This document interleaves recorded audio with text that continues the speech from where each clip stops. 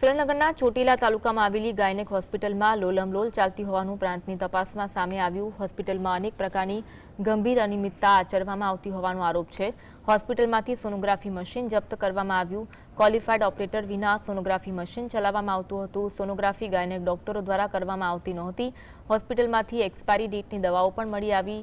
આગોતરે હાસ્યવાદ અને સત્યજીવન સાર્વજનિક હોસ્પિટલો પર પણ કાર્યવાહી કરવામાં આવી હતી। ફોર્મ એપ જે ભરવામાં આવે છે એ ફોર્મ એપની અંદર છે એ ડૉક્ટરના પોતાનું નામ, પોતાના રજિસ્ટ્રેશન નંબર અને જે ગાયનેકોલોજીસ્ટની જે સહી હોવી જોઈએ તે મળી આવેલી નથી। પણ તે સેક્શન 4નું પાલન કરેલું હોય તેવું કોઈ પણ જગ્યાએ અહીંયા રેકર્ડ આધારિત જણાતું નથી। આ હોસ્પિટલનું જે સોનોગ્રાફી મશીન છે એ તાત્કાલિક અસરથી સીલ મારવામાં આવેલું છે અને આગળની કાયદેસરની કાર્યવાહી હાથ ધરવામાં આવેલ છે।